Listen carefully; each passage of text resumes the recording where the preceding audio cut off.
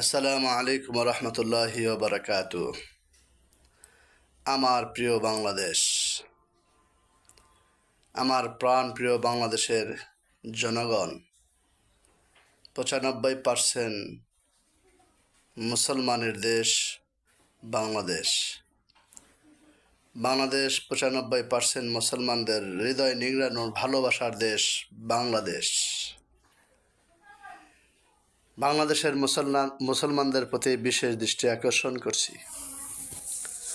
আপনারা মুসলিম হিসাবে কোরআনের জ্ঞান অর্জন করা বিশেষ প্রয়োজন।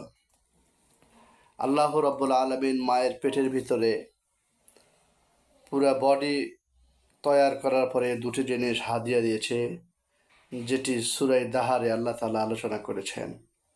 আমি অত্যন্ত সংক্ষেপে বলতে চাই। একটি হলো দৃষ্টিশক্তি, আরেকটি হলো শ্রবণ শক্তি। চোখ এবং কান, এই দুটা জিনিস হাদিয়া দিয়েছে। হাদিয়া দিয়ে দেওয়ার পর দুইটা রাস্তা দেখিয়ে দিয়েছে। এটা হলো শাকের বা আবরারদের রাস্তা, অর্থাৎ নেককারদের রাস্তা। আরেকটা রাস্তা দিয়েছে, সেটি হলো কাফেরদের রাস্তা, গুনাহগারদের রাস্তা। আল্লাহ বলছেন, যারা কাফেরদের রাস্তা অবলম্বন করবে তাদেরকে আল্লাহ তাআলা হাত পা আগুনের, জাহান্নামের আগুনের বেড়ি দ্বারা গ্রেফতার করে জাহান্নামের তলদেশে পৌঁছায় দেবে। নাউজুবিল্লাহ মিন যালিক। এটা মায়ের পেটের মধ্যে মেসেজ দিয়ে দিয়েছে। সম্মানিত আমার প্রাণপ্রিয় মুসলমান ভাইরা ও আমার প্রাণপ্রিয় বোনেরা, ভালো করে লক্ষ্য করুন। দুনিয়াতে আসার পরে আল্লাহ রাব্বুল আলামিন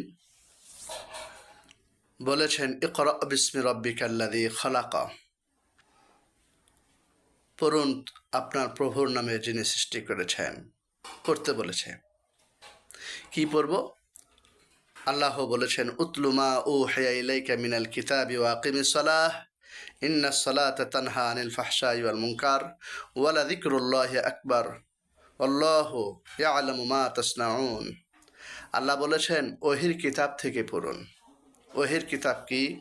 ওহির কিতাব হলো কোরআনুল কারীম। এই কোরআনে কারীম আল্লাহ রাব্বুল আলামিন পড়তে বলেছেন।